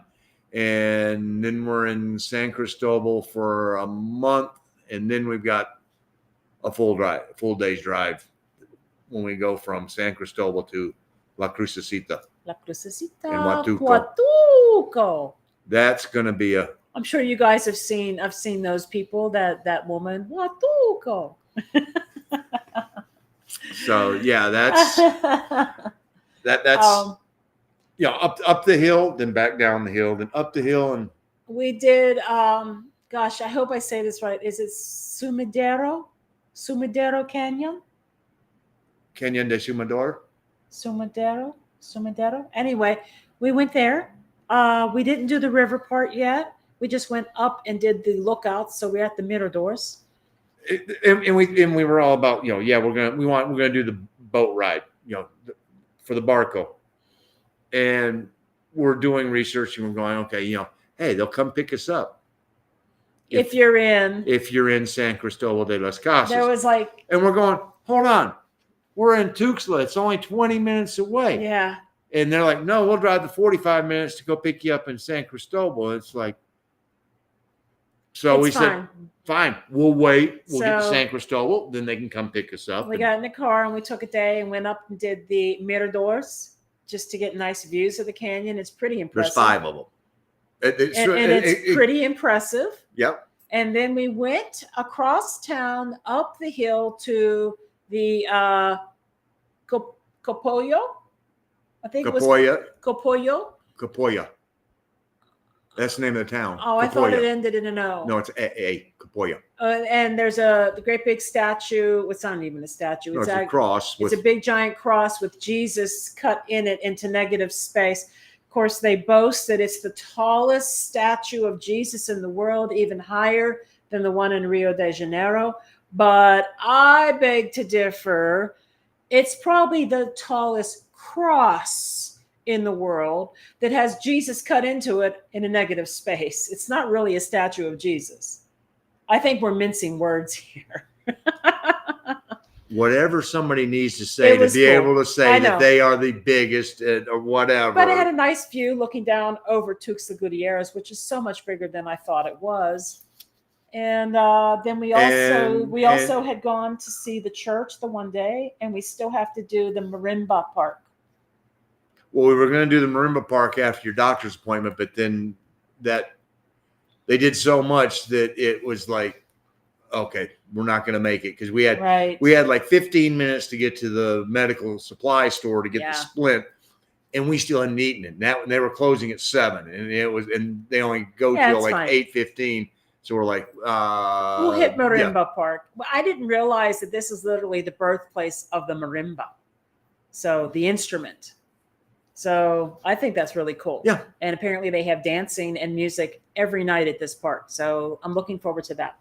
Friday night. So that's when we're going to do it, is Friday night? Yeah, because the Canes play tomorrow night and then they're off on Friday night. So okay. And then we will do the boat ride from San Cristobal whenever we're there. Yep.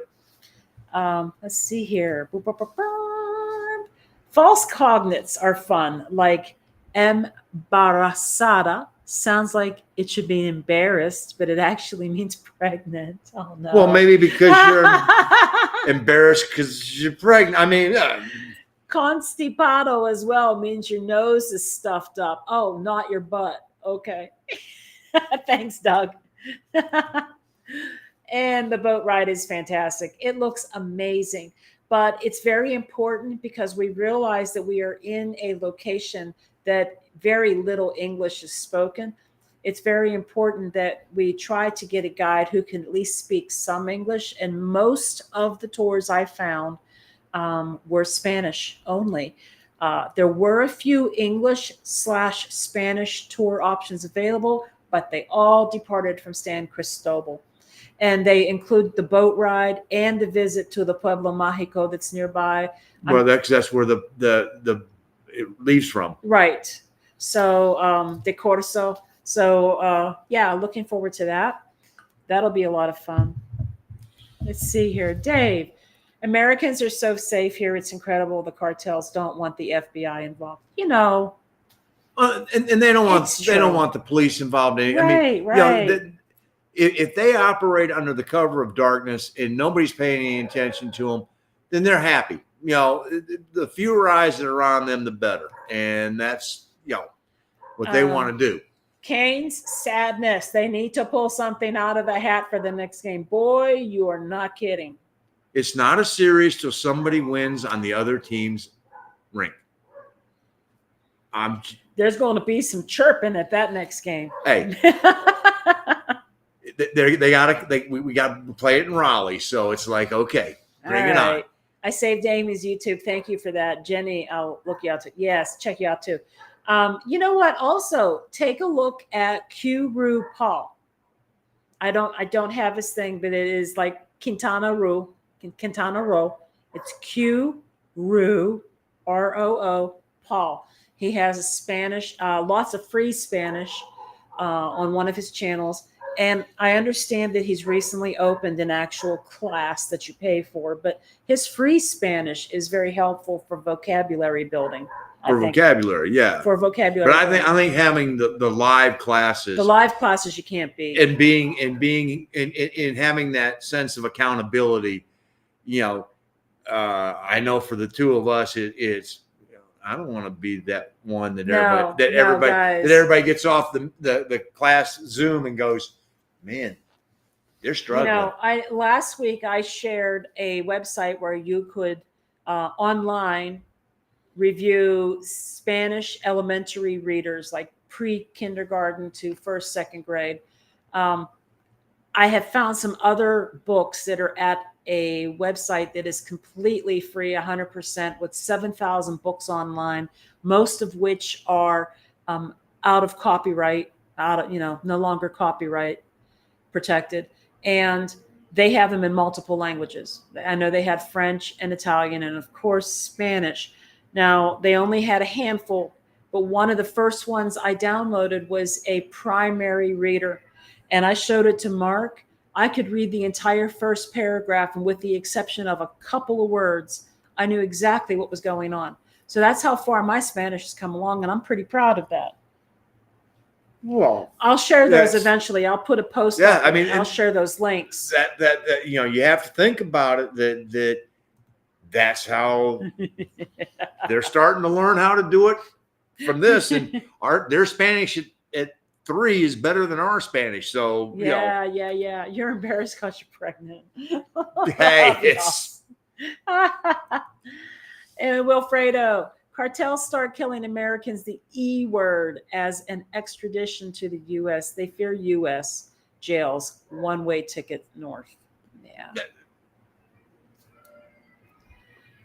No. I'm not going to go down that road. Okay, he's not going down that road. Nope. Yes, you know what, Lino? What I'm going to do, I'll make a public post. I'll put it on Instagram, Facebook, and I'll also put it on our community tab here. The last site that I mentioned that has like 7,000 online books, they have them in a variety of formats, and it's all free. And the formats, you can actually download them. So they're in like EPUB, Kindle type formats. You can get them in PDF format. I downloaded them in such a way that I can read them with my Kindle, which was very beneficial. So, yeah. What Kindle? I have Kindle app. So on my phone. I'm sitting here going, what? You've been grabbing my Kindle No, at night? but I mean, I've got a tablet, I got the laptop, and I got my phone, and they all have Kindle app on them. Lena, you're in Puerto Morelos, and you also have Diego there. Trish's my Trish advisor's husband, Diego. He teaches Spanish. Yeah. And he's right there in Puerto Morelos. Yeah. So. Yep. And yes, of course, Q-Ru Paul. But I really do enjoy having those live classes with Expat Spanish. It's true. The accountability and that's, and the other part I think is also great is that you're in a class with 4 or 5 other people, and you realize that you're not the only one that's struggling to do this. Yeah. I mean, and so you sort of go, okay, and let's all jump on this, and boom, and everybody gets a little better and a little better and a little better, and you're all rooting for one another, I think. I even struggled a little bit in the orthopedic doctor's office, but you know what? I could still say "Que le vaya bien" to the receptionist when we left, and it put a big smile on her face. So, hey. Yeah, if you had to run down to the Circle K and buy a Snickers bar and a Coke to break a 500 bill because they didn't have change. I don't know what more we could possibly contribute to the safety conversation. We were kind of hoping that we would just relay the common sense part of it, which not everybody uses. It's unfortunate what happened to the surfers. It's unfortunate what happens occasionally, like to the two women who died in Querétaro. These things happen. They are somewhat isolated, but they make the news because it's foreigners being killed in Mexico. And coming back to the surfers, the landowner had been killed or went missing 2 weeks prior to that, and he was in the well. This land was his land, and he was dumped down this well. So have they connected? Did they connect his murder with these same guys? They have not released that yet. It's got to be the same people. Well, you would think, but you can't make, when it comes to the law, you can't make assumptions because. And did they connect any more details with the woman who had the cell phone and the drugs? She has been detained. They haven't said any more about her. Her and two others have been detained, and all had, I think it was meth, and and nothing more came from that yet. To light yet. No, I mean, you have to give them time to present a case. I mean, the investigation goes on, and it takes a while. I understand everything in Mexico is very relaxing, low cost, friendly people, but do you guys feel like you are sacrificing some of your time by getting home before dark? Just wondering. Well, it's not that we go home before dark. We just don't do these long drives in the dark. Like locally, once we are somewhere and we're familiar with the area, we will drive it at night. We've done it. Yeah. Or take right where we're at. We have no problem if we were sign off of here and go, we're going to Kiki's to go get some carne asada. And we walk right over there and not. Or the Tayuda, what was that place called? Tayuda Ria or something? Tlapateria, whatever. I think it was Tayuda Ria. Oh. That was good. And so we go out at night. But normally, most of the time when we do it, it's walking. But like Friday night, we can't walk to Marimba Park. We'll drive. We're either going to take a cab because it may be a real pain in the butt to find parking. And it's a Friday night. And so we may just walk out to the main street, which is 2 blocks in a park because we have to cut through the park. And the cabs are all the time going down there. So, we can just, and away we go. And then that way, when it's time to come home, just, boom. That's true. And then we can get something to drink and a bite to eat while we're there.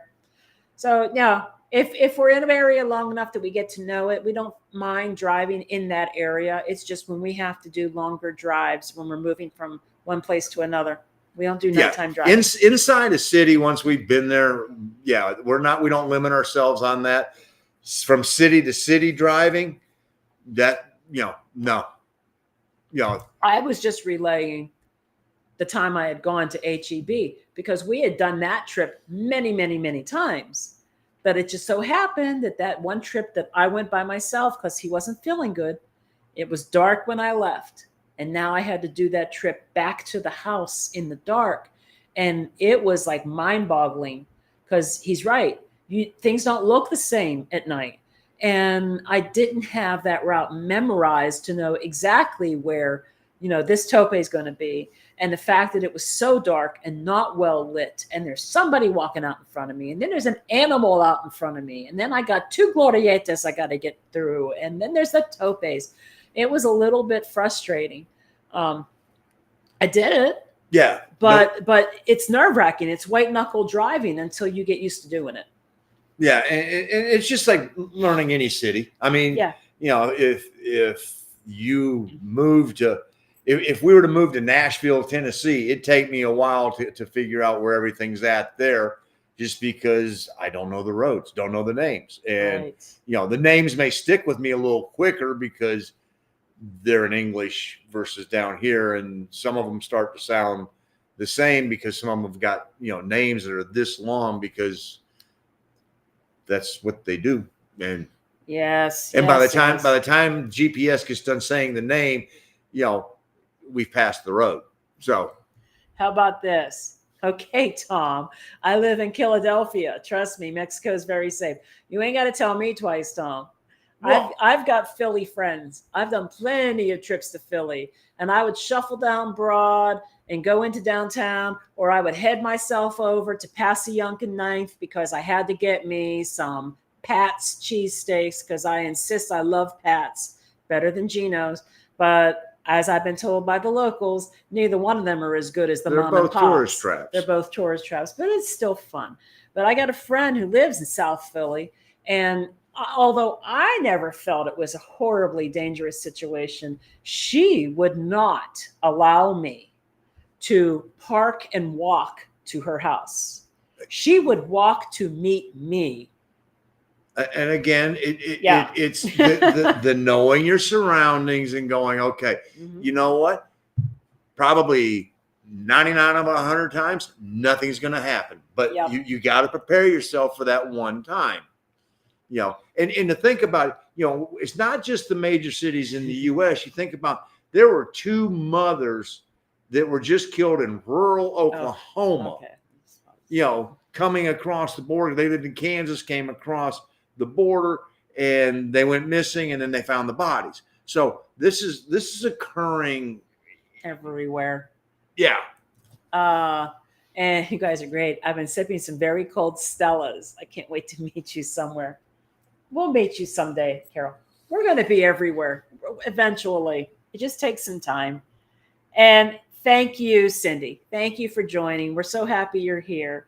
Oh, and Alma, and don't forget to like the video. Thank you, Alma. I think we're gonna wrap it up because it's going on 2 hours, and you know, we want to respect your time. And I know people do come back and watch these later. I don't know how they can do it because it's hard for me to sit and watch something for 2 solid hours like that. But See, Tommy's telling you, Jim's. Pat's just reopened today with a whole new menu. No, even breakfast. Jim's on the south side is still the best. Pat's has breakfast? When I go to Pat's, it's this simple. I want 1 steak cheese wit. That's it. Cheese wit. That means, for you guys who don't know, you want cheese whiz with onion. Thanks to you too, Jenny and Suzanne. 2 mothers killed by mafia grandma. Wow. And cocaine's. Thank you, Jesse. Thank you, guys. We're going to go ahead and call it a night. Thank you so much for chiming in and having this discussion about the safety issues in Mexico. I think we all know that a lot of it does get blown out of proportion, but the key is to just use that common sense. Keep yourself safe. Keep yourself removed from those situations. Be aware of what's going on around you, and Yeah. don't put yourself in bad positions. That's it. You know. Bye, Lena. Thank you. And Wilfredo. Bye, guys. We will see you next week. I think we'll try one more live next week. I have some typing back in my hand. I still can't use the mouse. Well, yeah, we'll do next week, and then we have to determine what the Wi-Fi situation is going to be, because the following week, that's right, we're going to be in San Cristobal de las Casas. We don't know what the Wi-Fi is going to be like there. So new location, which you guys been with us, you know, every time we get someplace new, it's questionable. always an adventure to find out what we're going to be dealing with on that. Yeah, we may be able to get a roof access on that though, so we'll see. All right, guys. It's just a house, so yeah, we might be able to. Hasta la próxima. Adios.